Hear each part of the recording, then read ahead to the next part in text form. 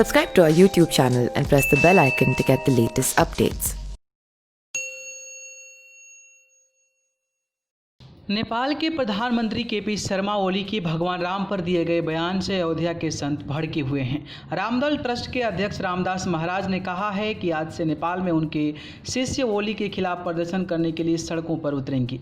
वेद और पुराण में वर्णन का जिक्र करते हुए रामदास महाराज ने कहा कि नेपाल में सरयू है ही नहीं।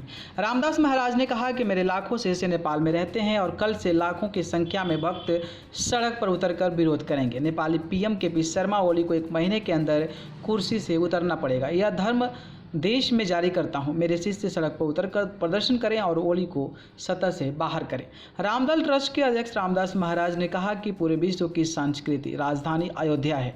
वेद रामायण का यह पुराण देख लीजिए, उसमें साफ लिखा है कि जहां सरयू है वहां अयोध्या है। नेपाल में तो सरयू है ही नहीं, पूरे भूमंडल में राजा होते और सबका चक्रवर्ती सम्राट भारत के उत्तर प्रदेश के अयोध्या के महाराज होते थे। वहीं धर्मगुरु महंत परमहंस ने कहा कि केपी शर्मा खुद नेपाली नहीं है। केपी शर्मा पूरे नेपाल को पाकिस्तान की तर्ज पर भिखारी बनाने पर तुले हुए हैं। नेपाल की जनता को धोखा दे रहे हैं। चीन ने नेपाल के 2 दर्जन से अधिक गाँव पर कब्जा कर रखा है। उसको छिपाने के लिए भगवान राम के नाम का आश्रय ले रहे हैं। राम मंदिर ट्रस्ट के सदस्य महंत दिनेंद्र दास ने कहा कि हमारे लिए अयोध्या एक है और अयोध्या यहीं रहेगा।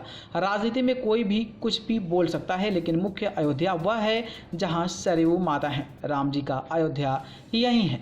नेपाल के पीएम ओपी शर्मा ओली का दावा है कि भगवान श्री राम की नगरी अयोध्या भारत के उत्तर प्रदेश में नहीं बल्कि नेपाल के वाल्मीकि आश्रम के पास है। वाल्मीकि रामायण का नेपाली अनुवाद करने वाली नेपाल के आदिकवि भानुभक्त के जन्म जयंती के अवसर पर आयोजित एक कार्यक्रम में बोलते हुए ओली ने एक दावा किया था।